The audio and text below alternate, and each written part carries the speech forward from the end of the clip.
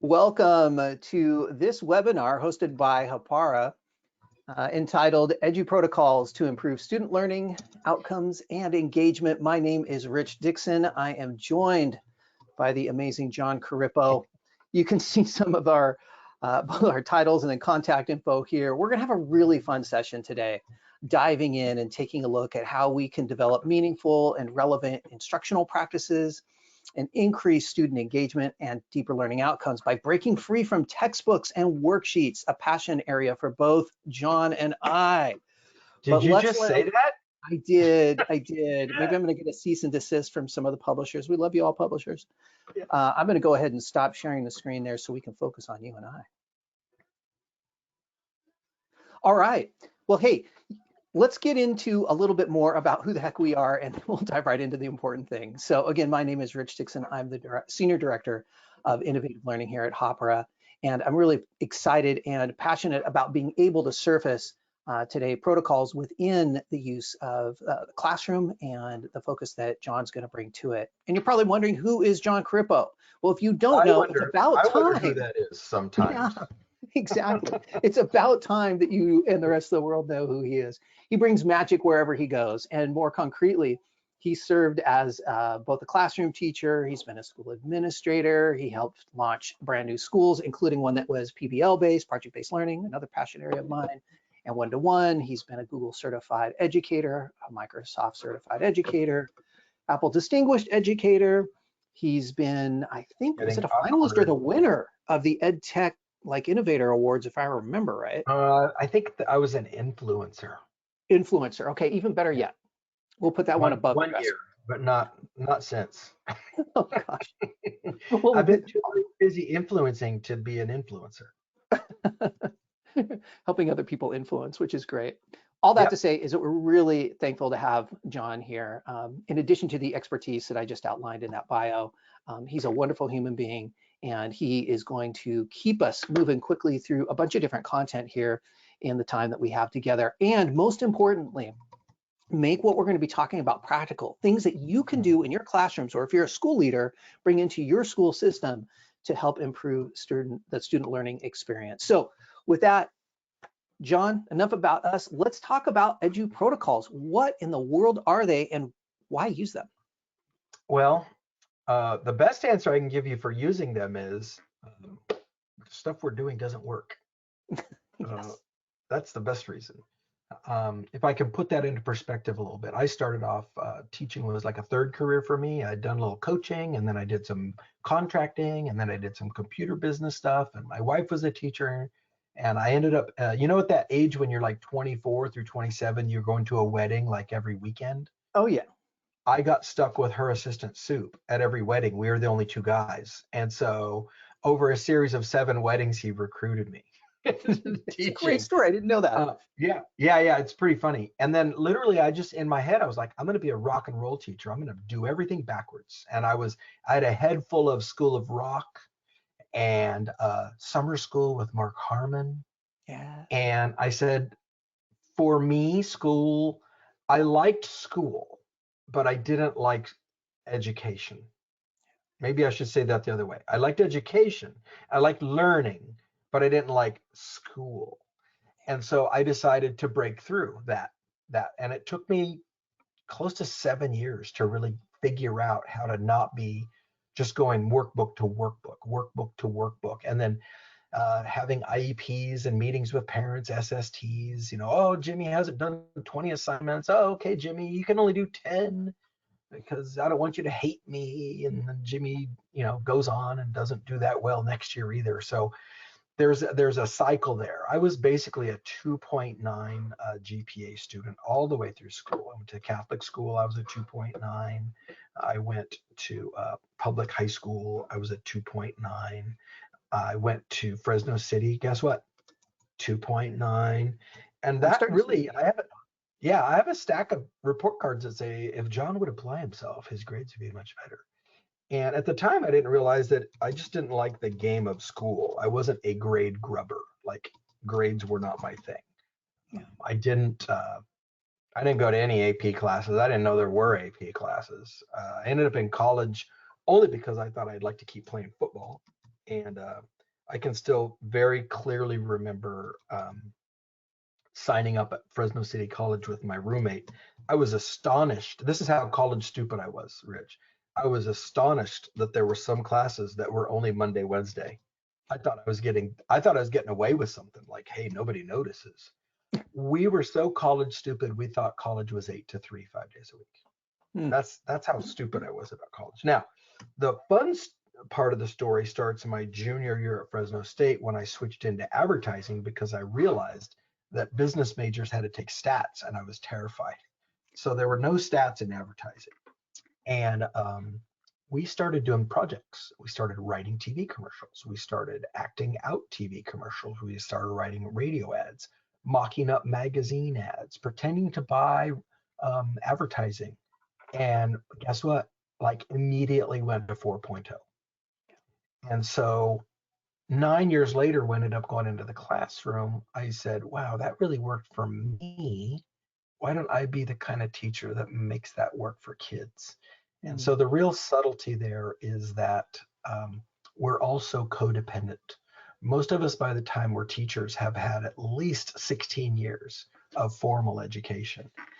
And that means that it would be like living with a parent who smoked for 16 years, or a parent who drove monster trucks for 16 years, or a parent that went to hometown buffet every Sunday night for 16 years. Whatever those habits are, those get ingrained in you, and you do them in a kind of an autonomic way without thinking about them. And I can tell you, I'm not going to tell you, but I've got horror stories from my first couple of years of teaching when I did things that teachers do. And in my head, I was going, what the hell am I doing? Why am I being so mean to that kid? But there was a voice in the back of my head that said, that's what teachers do, and I want to be a teacher. And so to take that story full cycle, because I don't want to spend the whole time on the biography, last year I ended up going back to the classroom as a 26th year first year teacher. And it was fascinating, the conversations in my head. I was like, hey, you should yell at that kid. He's not listening. And I was thinking, why would I yell at him? Why I don't yell at people. What is that? That's crazy. So the protocols piece goes like this. You know the old saying, if the only tool you have is a hammer, Yes. Every problem tends to be a nail. Right. So my adaptation of that is if the only tool you have is worksheets and essays, then everything becomes a worksheet and an essay. And so through the EduProtocols process, we kind of liberated ourselves from that closed mindset. So for example, at its simplest, an EduProtocol is just like a Venn diagram. So what grade levels are Venn diagrams appropriate for, Rich? We use them a lot, especially in my background, elementary. I mean, We you can did go it TK adult all day, right? Now, what subject area? pretty much anyone. It works anywhere, anytime. You can use them in an AP class just as well as in a SPED class. So think of protocols as frameworks like that you can use over and over again. Now, obviously, doing a Venn diagram every day is going to get old. So we started making a bunch of different kinds of games for specific different needs. And so that's where the EduProtocols thing kind of came from, that I worked with Marlena Hebern up in Mariposa County, home of Yosemite National Park. Amazing. Marlena, very gifted educator. Yep. And so we were going along, and it's a true story. I think it exemplifies what I'm saying. When I got to Marlena, she was a really good teacher. She is Kagan trained, and she had 20 years in K1. But it still took me a good 6 months for her to buy into protocols, because she kept going, what about this? And are you sure? And what about that? And then eventually she was like, okay, I see it now. But that's that voice in the back of your head saying, what about? And good teachers do this. And how will this happen? How will they do on the assessments? If I teach like this, how will they do next year? All those things. And so the protocols are basically frameworks you can use over and over again in almost any subject area. So there's only a couple of protocols that are content based. So like math reps, guess what they're for? Math. Yes. Yeah. But most of them can be used in nearly any subject matter. And what's cool about that is I've worked in 7 different grade levels. So my skill set goes with me. Yes. So Absolutely. if I've got it, if my principal rolls in and says, you're 5th grade starting tomorrow because COVID, I can just go, oh, okay, cool. We'll do some fast and curious on whatever their vocab is. We'll do a sketch and tell on their science stuff. We'll cyber sandwich a story, and we'll do some math reps, and we're off to the races. So that's, I think, what teachers really like, is that agility. Yeah, I totally agree with that. And let's go a layer deeper. We've talked a lot about engagement. We've talked about essentially frameworks that give us guidance to help make sure that students are engaged in their learning.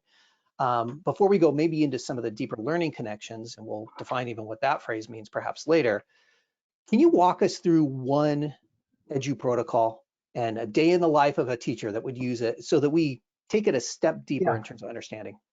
So I'm going to go with, I mentioned sketch and tell already, and I like it a lot because it's super versatile. But basically, Marlena made this one, the super, like you said, super brilliant Marlena. So we have a protocol that we do called thin slides, where each kid puts one word and one picture. They get 3 minutes to do one word and one picture. And some people are like, oh, 3 minutes. I go, bro, it's one word and one picture. It's like 3 minutes is a long time.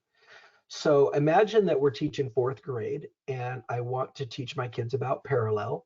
How many kids want to hear that lecture? Not many. Or types of volcanoes. Again, it's pretty interesting, but they still don't want to hear it from me. So in a thin slide, I just say, you guys, okay, here's a slide deck. Get in there. I want one picture and one word, types of volcanoes. And so the kids find on Google Images dozens of images with types of volcanoes. And I just say, tell me the kind that you want to learn about. Yeah. And put a picture. So they would have the 4 volcanoes and they would say, I'd like to know more about a shield volcano. Now, anybody that's listening to this has probably seen volcanoes before, but can you tell me what a shield volcano is off the top of your head, Rich? No, I would have to turn and do the same No. thing your students are doing. So there's some neat academic rigor. So the thin slide is basically a KWL activity, and almost anybody that's been through a teacher ed program knows that one, except we're allowing kids to use the internet to trigger the discussion. We're not holding back information. So then each kid gets 4 seconds to give a claim, evidence, or an observation. So the claim could be, I think it's a shield because, or the evidence could be, this part is probably the shield. Or the reasoning could be, I picked this picture because Rich picked a different picture and I didn't want that picture.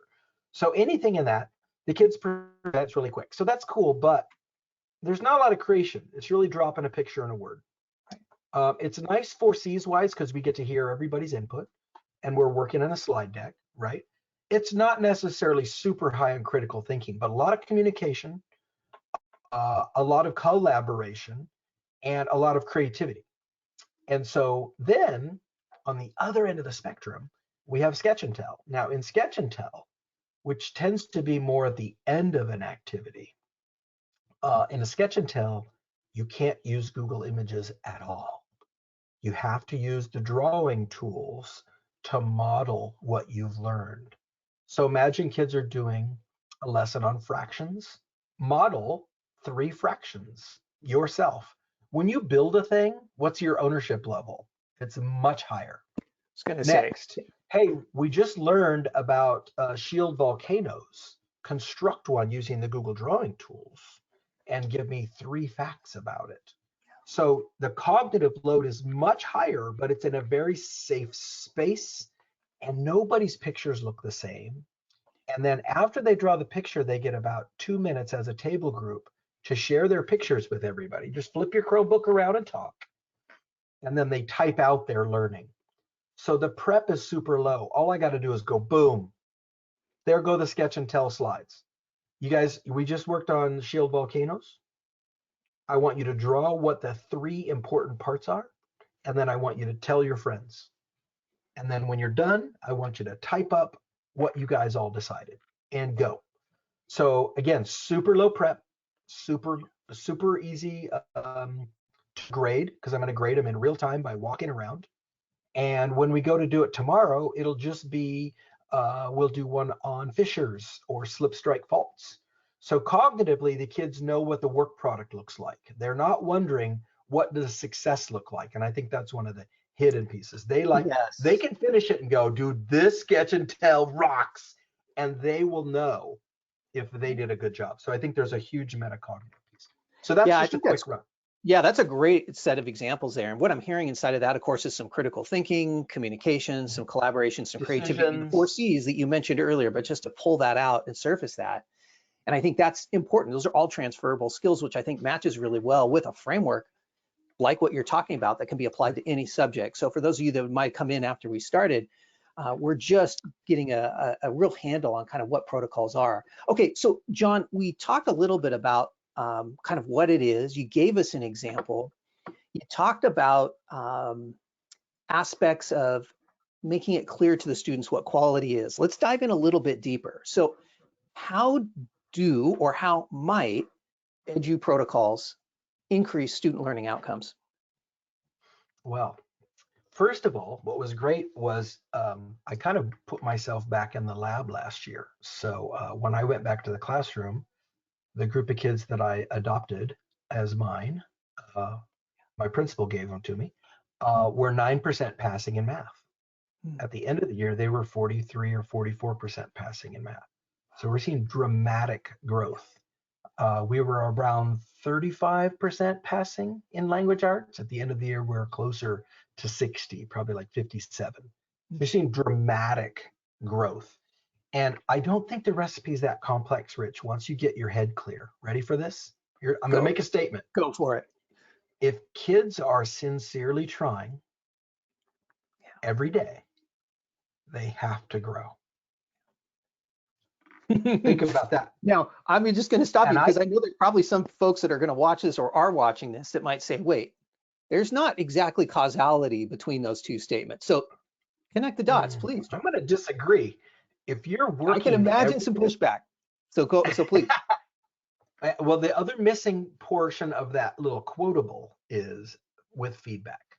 Yes. So yes. One of the key things on protocols is nearly immediate feedback whenever possible and repetitions. So I will literally do this for anybody that's new to protocols. I will literally do this. I will put up a blank Socrative or a blank Google form or a blank Nearpod, and I will say, write a compound sentence. Yes. And they'll go, about what? Anything you want. But can you do it? And they sit there and they kind of look around, and I go, okay, if you're struggling with this, please type the magic letters I, D, and K so that we can get this part over with. And there's my pretest, right? Literally 0%. So then what I do is I bring up about 2 or 3 slides. You guys, compound sentence. Simple sentence, you've been doing that since 2nd grade. Simple sentence, you've been doing that since 2nd grade. We're just going to hook them together with a comma and a conjunction. They've got to be about the same thing. Ready? Let's try it again. So I put them back in Socrative or back in Google Forms, and I go, write a compound sentence about Bon Jovi. Now, the reason I do it about Bon Jovi or tacos or strawberry milk or Pikachu or Ryan Reynolds is it's almost impossible for them to plagiarize now. Plus, it's also fun, right? So like, oh yeah, I'm going to write about Pikachu, right? So you can love Pikachu, you can dislike Pikachu, not a problem. But Rich, I've literally had kids move from 0% to 97% accuracy in under 20 minutes using that technique. Contrast that with the way we would normally do it. I'm Corippo. I'm your teacher. I don't make mistakes, but I do make good PowerPoints. Yeah. And watch this PowerPoint. Meanwhile, Rich Dixon at age 11 is like, and then I hand out a worksheet and I say these words. Oh, these words are deadly. If you don't finish it now, Rich, you're going to take it home for homework. And Rich is like, I'm going to talk to my friend. And then I won't do the homework either. So this is the honest practice piece. So I'm going to put them in a whole group and I'm going to go. And then I'm going to say, it turns out that half of you are not that good at this. Let me give you guys one more example. Okay, let's hit it again.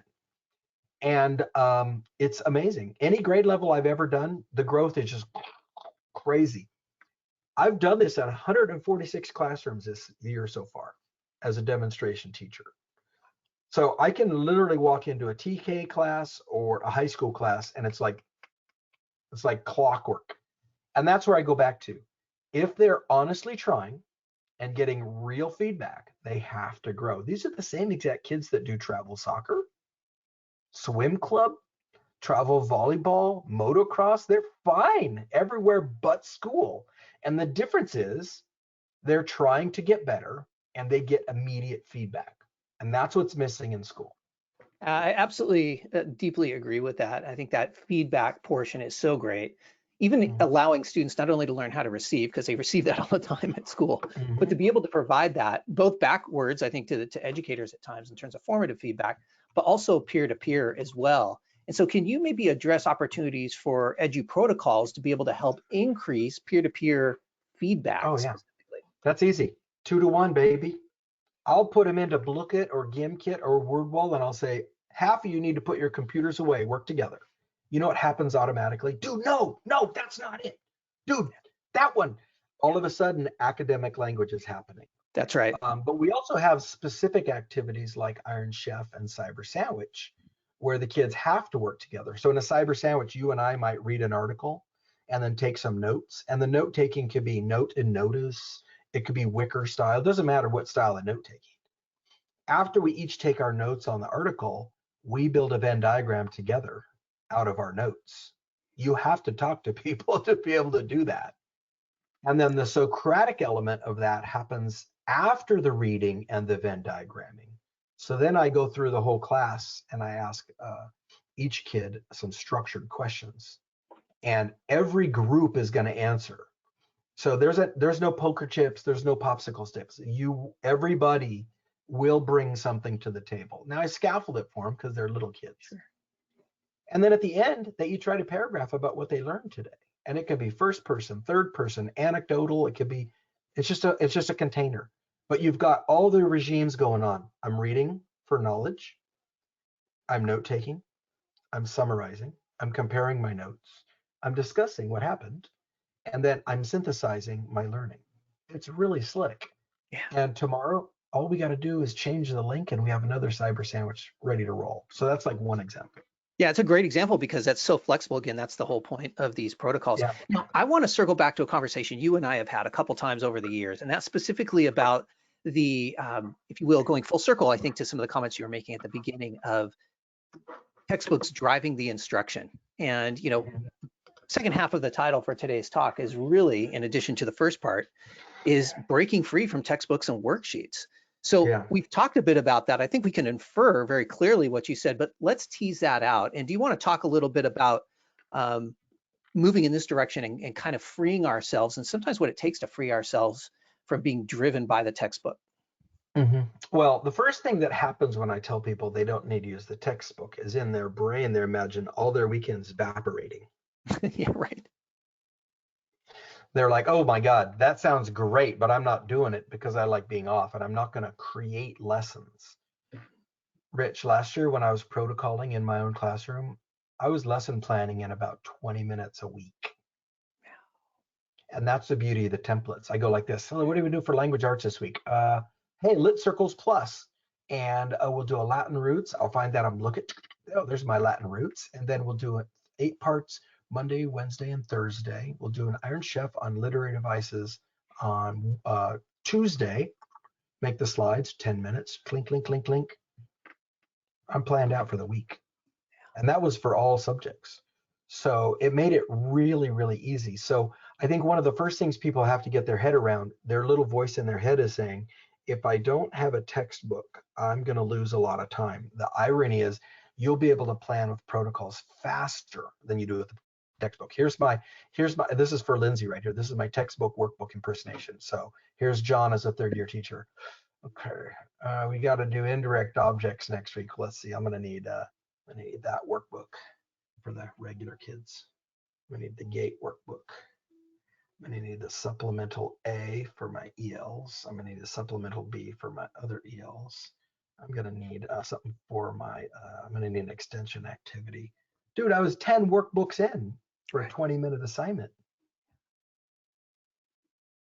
It's not happening. It's not sustainable. No wonder we get tired. It's not sustainable. I have 7 subjects in 5 days. I can't spend 20 minutes designing 7 subjects a day, 20 minutes per subject times 5. It doesn't work. So the beauty of protocols is you get in these rhythms. You get in these rhythms. So like we do Fast and Curious Monday, Tuesday. We do Word Up Wednesday on Wednesday because it's Wayne Word Up Wednesday. We do Fast and Curious again on Thursday. And then if we hit a certain score, we're done and we can start next week. Boom, Latin roots are planned. That's it. We're done. We might do 8 parts every day at the beginning of the year, 4 days a week or 5 days a week. We'll do a little bit of random emoji and then Parafly. I got 5 assignments for the whole week, just like that. And I never plan Thursday and Friday. I know what the activity is, but I don't know what the content is. Yeah. Because Thursday and Friday are going to be planned based on how Wednesday went. Well, in a worksheet-based world, I can't do that because I got to make copies on Monday or I'm never going to make it. I can pivot on the fly, Absolutely. So the great thing about the templated side of protocols is your prep time paradoxically goes down. And engagement and learning outcomes. Yeah, and there's this weird phenomena that happens when your kids start actually doing better. Notice what I said. I did not say their scores go up, but when they start actually being more functional as humans in class, they start thinking you're a good teacher. There are certain positive side effects to that as well. Yes, there are. It's really amazing. Absolutely. And I think the other thing that we haven't discussed yet is the ability for these protocols to, be the vehicle for the how that learning takes place, and really allows us as the instructional facilitators and leaders in the classroom to be able to focus on the relationships in the classroom. Oh, yeah. Yeah. And my belief is, John, and push back on this, those are the kinds of activities that make teaching and learning much more relevant. And I'm going to take that up a notch. Because those now I know my learners because those are the things as a first year teacher that we assign to fantasy. Yes. Yeah. I was stunned at how much red licorice I had to buy at Costco to keep my kids working. And I was in a blackmail situation. Yeah. The kids did not want to do the work, so I was talking them into it with food. Yeah. What is that? Yeah. The other beauty of protocols is once the kids know the work, I'm flitting all about the room. So I am not stuck at the whiteboard or the projector. Here's a great exemplar of that. By February last year, I was ready to unleash this on my kids. Another one for Lindsay.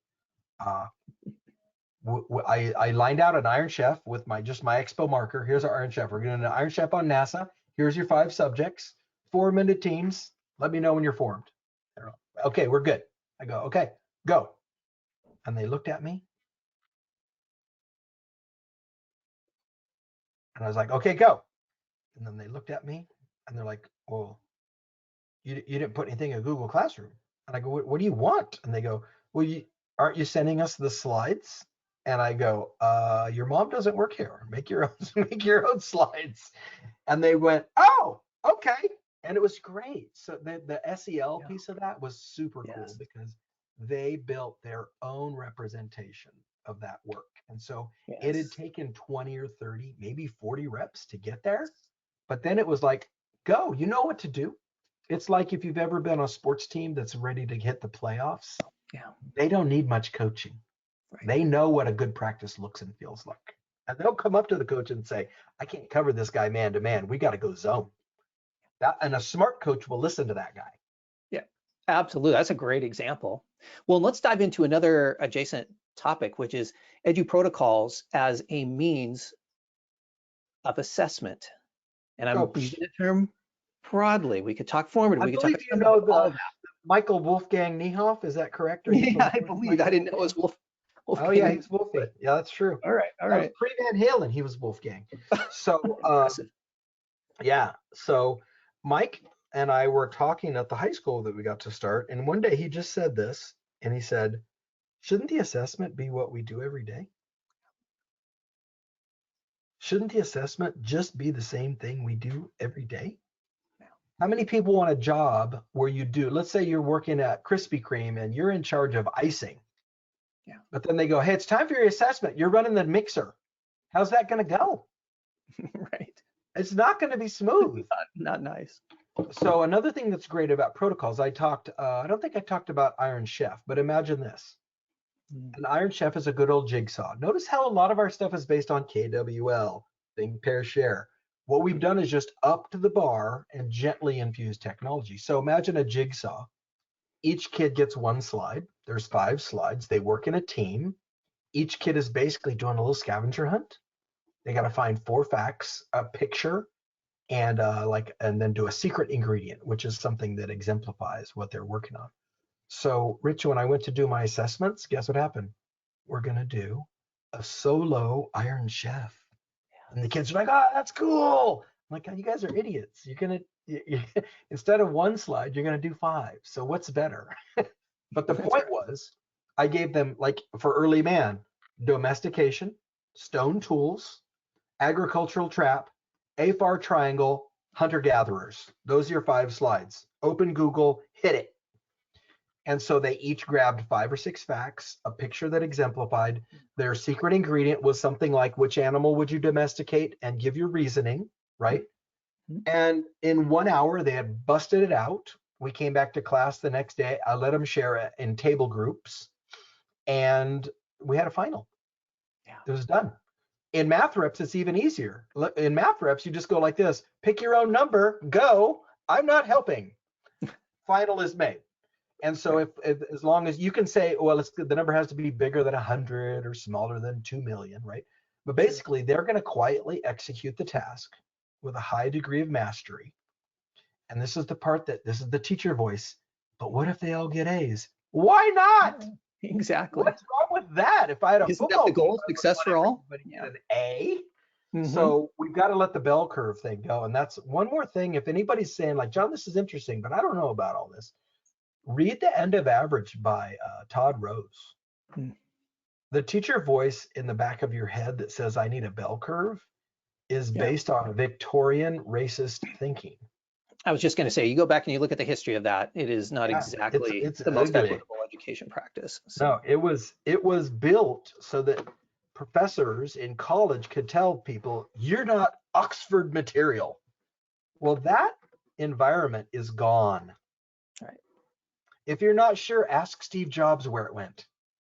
Steve Jobs did not complete college. Right. Ask Mark Zuckerberg, whether you like him or not, did not complete college. Heck, Bill Gates didn't complete college.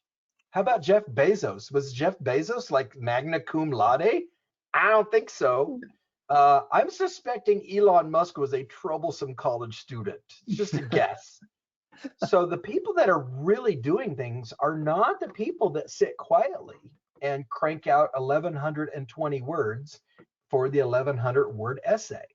Well, John, I'm going to jump in here because I think we're training our kids for compliance, which has a role, but if that's the only thing that we're training kids for, or the primary focus, I would like to have a debate with you. And so what I would love to talk about next, John, is a little bit more about very concrete tools that I know you've created. You've written a book with Marlena about EduProtocols. You've got a website, EduProtocols.com. What are some ways and how might people get started investigating and going deeper with the practices that you've brought forward today? I would say, like, if you've never heard of protocols at all, the first best thing you can do is, if you're on Twitter, just look up #EduProtocols and look at the general energy. Would you agree with that, Rich? That's a great recommendation. Just be curious. You're not going to have to read a book. Just flip through and watch people aggressively sharing their success. That's pretty fun. They don't even tag me anymore. They're just sharing it with EduProtocols in general. In the old days, they would say, John, look what I did. Now they don't even say that. They're like, look at this.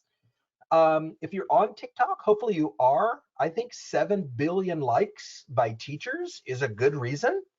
There's a lot of wackiness on TikTok, but I only follow the teacher stuff. If you look at #EduProtocols, you'll see Josie Wozniak on there, who's our top TikToker, getting 30, 40,000 views on a 1-minute video on how to do a protocol with a lot of excitement. And then if you're still on the Facebook, because I know not everybody's super happy there, we've got a group called Empowered Adventure. Dude, we're getting posts that are this long on Facebook about Teachers Day. Who does that? They're writing us books about and we did this, and we did this, and their quotes are sounding like this. Kids have never done this well in my class.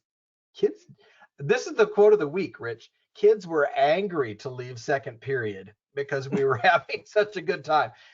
That should be a sticker. Kids were It should. angry to leave my class. I don't want to leave. You're going to have to make me. So that's the kind of energy there is. Now, if you want to learn about protocols, the Empowered Facebook page is pretty solid for that. And then Kim Bogey does a really neat show on Sundays called the Sunday Scaries. So the whole idea is, if you've got something you're hung up on for next week, we'll bust it out right now. We will bust it out right now. You're worried about how to handle ancient Greece? We'll fix it right now. It's like triage for lessons. And so where do people find that? Empowered Ed. That's all going to be on Empowered. Okay. All right. On Perfect. Facebook. All right. And then there's EduProtocols.com. We got a bunch of free templates there.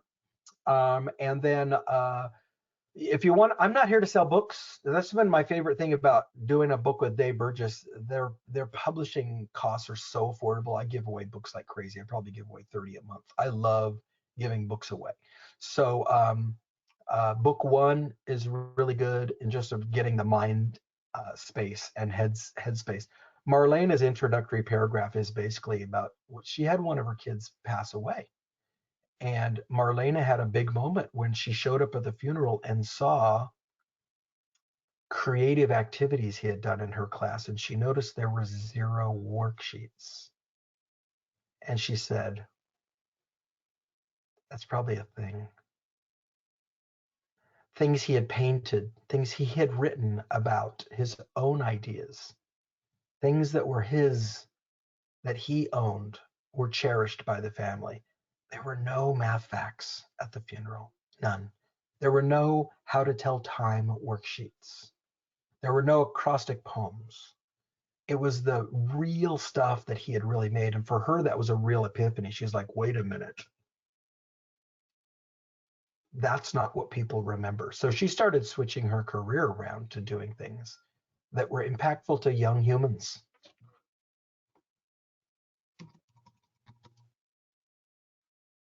I think you muted yourself. Is my story that good that I knocked out your audio?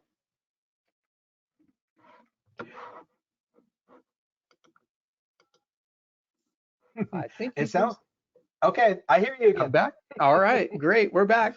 I was just going to say that's a really maybe you muted yourself because you don't want to see us to hear you cry or something like that. Well, I mean, it is very moving for sure. And I will say this, that I think you're absolutely spot on. I think another piece to raise with this as well is the EduProtocols.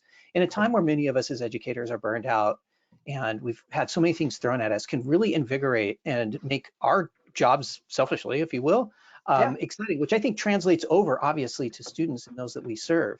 And I think that's important because I hope you gathered very clearly from John that these aren't hard lifts. There isn't 2 hours of prep for every one of these activities.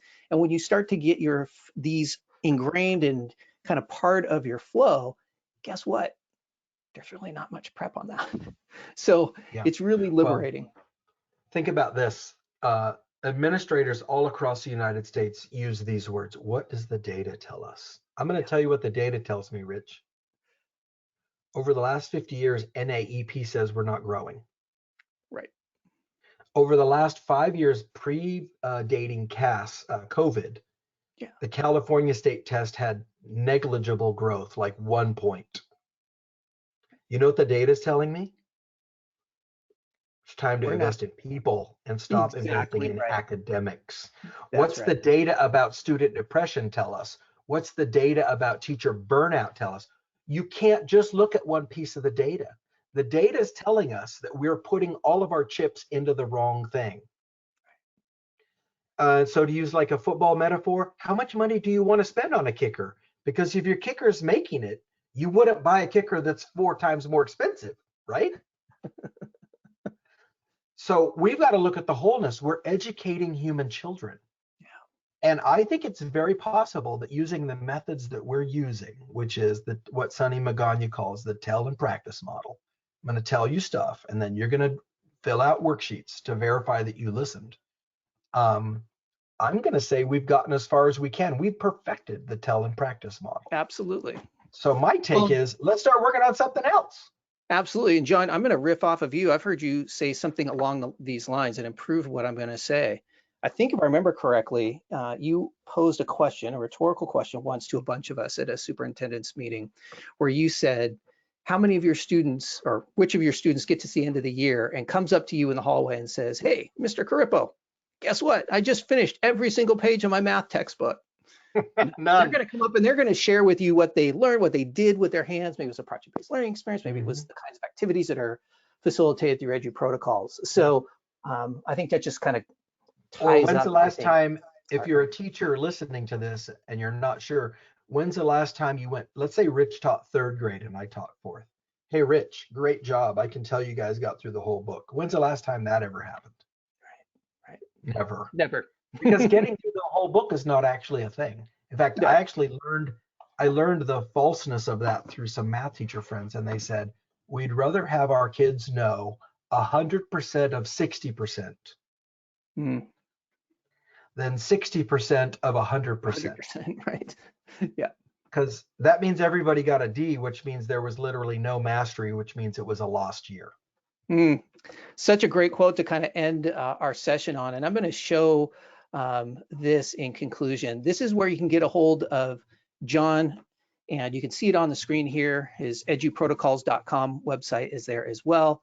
You can see his Twitter handle, Corippo, there. Please hit him up. Please use the hashtag of EduProtocols, as John mentioned before, to find resources, connect with others. Check it out on Facebook. Check it out Connect on with TikTok me. as well. I'm Connect here. directly with John because he is an amazing, generous person.